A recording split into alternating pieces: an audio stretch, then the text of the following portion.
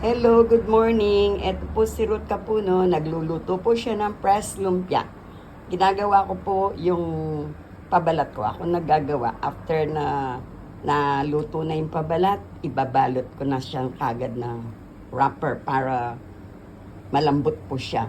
Ang ingredient po ng ng pabalat ko, 12 itlog, isang box na 16 ounces na cornstarch, at half teaspoon ng mga salt and sugar.